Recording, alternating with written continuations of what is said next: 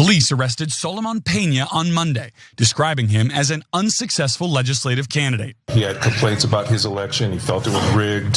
So he approached all of these commissioners and the senators at their home with paperwork claiming that there was fraud. Back in November, Peña lost his race for state representative decisively. Yeah, but this weirdo would not accept that he lost the election, which is pretty bad considering what he did next.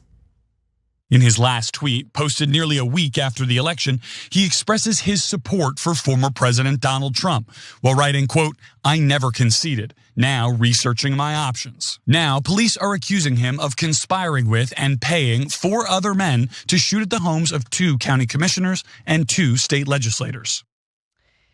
It is not rare to find instances of political violence these days, but suffice to say, Solomon Peña, who was the unsuccessful candidate for New Mexico's House District 14, really takes it to an extreme, especially when you consider that he was shooting guns at the homes of various government officials in the state of New Mexico, in Albuquerque to be specific. Now, what's incredible is when you take a look at the margin in which he lost this race, he didn't even come close. Yet he thinks the election was somehow stolen from him. Peña lost his state house challenge to incumbent Democrat Miguel Garcia by 5,679 votes, or 5,679 to 2,033, or 74% to 26%. So Emma, it wasn't even close. He couldn't accept the fact that he lost and resorted to violence as a result. There are some other details I'll get to in a moment, but I wanted to get your reaction first. Well, I mean, to me, I think that this is a great example of the fact that there are a lot of people in Washington or in the press that try to draw some sort of distinction between the Republican voter that was duped into voting for Trump and might be more extreme than the respectable, reasonable Republicans on the Hill or in elected office. They're one and the same. They're motivated by the same insane conspiracy theories and ideas. And when you have a base that starts to believe these things, it's no wonder that people get activated politically and start to run for office. And so these ideas are not there. There's no firewall between them.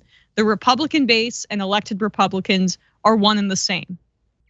Well, what's interesting is, I mean, when we're talking about this on a federal level, what's clear to me is while Republican politicians might disagree with the MAGA base or the Trump supporting base, they're also terrified of them and will then support things that they otherwise wouldn't support or say things that they otherwise would feel uncomfortable saying. It's all about appealing to the base in an effort to either maintain their political status, further their political careers. It's really not about being a public servant and doing what's right for the country. It's really, it always goes back to their own egos and their own quest for political power. And that relationship has been incredibly damaging, and it's now really having an effect on some of these local races, including this particular race and the aftermath in Albuquerque. So let's give you guys a few more details about what happened here. So since he didn't want to accept that he lost, he ended up appealing the results to 3 county commissioners and a state senator. Now, these individuals ended up being the alleged targets for Peña. According to a police spokesperson named Gilbert Gallegos, one of the meetings that Solomon Peña had with local and state leaders got heated. One actually led to quite an argument, I believe. It was shortly after that the shootings occurred. Now, let me be clear before I give you more details. Luckily, no one has been injured, no one has been hurt, but clearly shooting weapons at the homes of government officials you disagree with is pretty extreme, and you should face criminal charges as a result of that. Now, Peña was pretty sloppy in his criminal efforts, which is great because it was easy to figure out what was going on here. Detectives allege Peña paid 4 other men cash and texted them addresses. So, there's a digital paper trail where he wanted gunfire to erupt, Albuquerque police said. And we have a few more details about how sloppy he was in his political violence here. Let's take a look. On January 3rd, the date of the last reported shooting, police say Peña joined the men, attempting to fire at one of the homes himself. But the weapon he used had malfunctioned. That morning, less than an hour later, police confiscated weapons connected to the shooting from a vehicle registered to Peña. The driver was also arrested. The evidence that we have is not only firearm, but it's also from cell phones and electronic records, surveillance video, and multiple witnesses. Over the course of a month, police say 4 homes were damaged, 2 sprayed with more than a dozen shots. Fortunately, no one was injured. Again, fortunately, no one was injured. I want to reiterate that. But it's incredible to me that anyone would think that you're going to get what you want with a political position by opening fire on the homes of government officials you disagree with. But somehow he thought this was a winning strategy. He also has a previous criminal record. He served 7 years in prison for what's described as a smash and grab. You know, the reports mention that. I don't see that as something that's connected to this, but that conviction did play a role in the campaigning. I think it played a role in him losing the election. And he's just incredibly salty about it and thought that he would somehow get what he wanted by carrying out an act or multiple acts of political violence. Few more details for you. 2 handguns were found in the Nissan, which police had stopped, one of which appeared to have fired shots outside the home of State Senator Linda Lopez roughly 40 minutes before the traffic stop and 4 miles away, according to the latest police statement. One of the guns matches the description of one police alleged Peña took to one of the 4 shootings with plans to join in the gunfire, but the gun malfunctioned and he left the shooting to one of the men he hired, police alleged. Another shooter fired more than a dozen rounds from a separate handgun, police said. And in addition to that, I just want to make sure that all of the victims are noted here. A shell casing found in the Maxima matched those found at the scene of another shooting, an incident outside the home of new state House Speaker Javier Martinez on December 8th.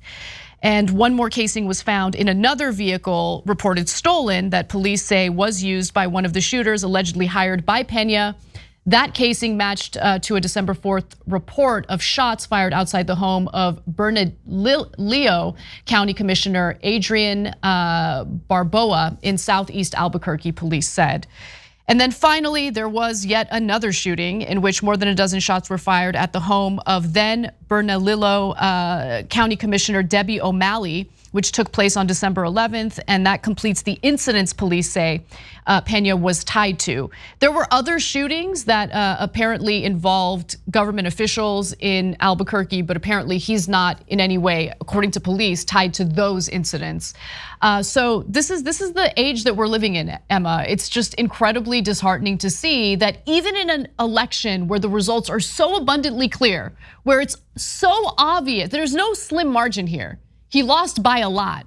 He still can't accept it. It's just the new strategy for some Republican candidates to refuse to concede, allege that they're victims of widespread voter fraud, which is not sussed out by any evidence whatsoever. I mean, it's kind of terrifying to say the least. Absolutely. And just to clarify what I was saying earlier, there are elected Republicans who speak out about this, but it's not necessarily enough, and they will be in the minority eventually. And the reason I say that is because while the Democratic Party kicks their base in the teeth and tells them to shut up and stop talking about defund and stop, agitating and being activists in a way that might make us uncomfortable, stop advocating for Medicare for all these things, and puts their boot on them to an extent, the Republican Party does the opposite. Even the ones that don't agree with their base, they'll do a dance with them where they won't condemn their most egregious, sometimes violent actions, lies, etc., and try to harness that energy for electoral benefit. I mean, the most glaring example of this was Trump with January 6th and election denial, and we saw that there were deadly consequences with that. So it makes total sense that there are going to be people, extremists, who might not be mentally well in this instance here, who take that inflammatory rhetoric and cause violence with it or attempt violence with it. And as fewer and fewer Republicans, or as not enough Republicans tried to push back against this, or there are enough Republicans who want to harness the energy, that line gets blurred more and more. I mean, there are going to be more and more election deniers who get who are in elected office, and we're seeing Carrie Lake is going to run for Senate most likely in Arizona, just over the border. And so my point is just that this is how these kinds of extremist ideas get normalized within the Republican Party.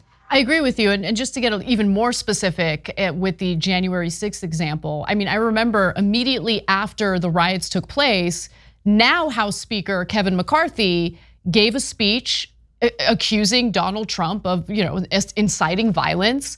It was a very bold speech considering how he's been a lapdog for Trump.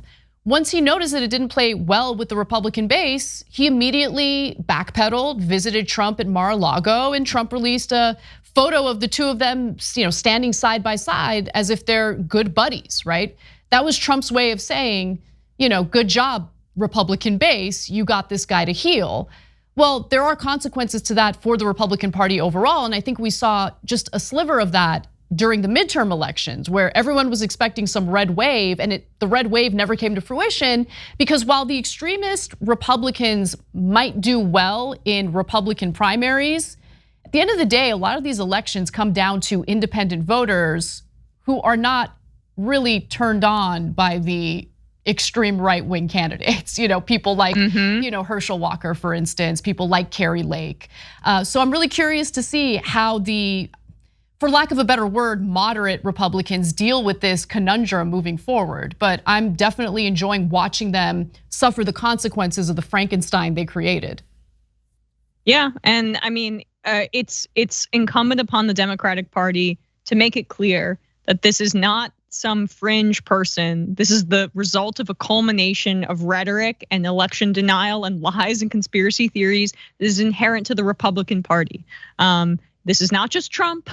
This is the party. And I feel like this is, one of the many examples that you can stack on top of the others for that purpose. Absolutely.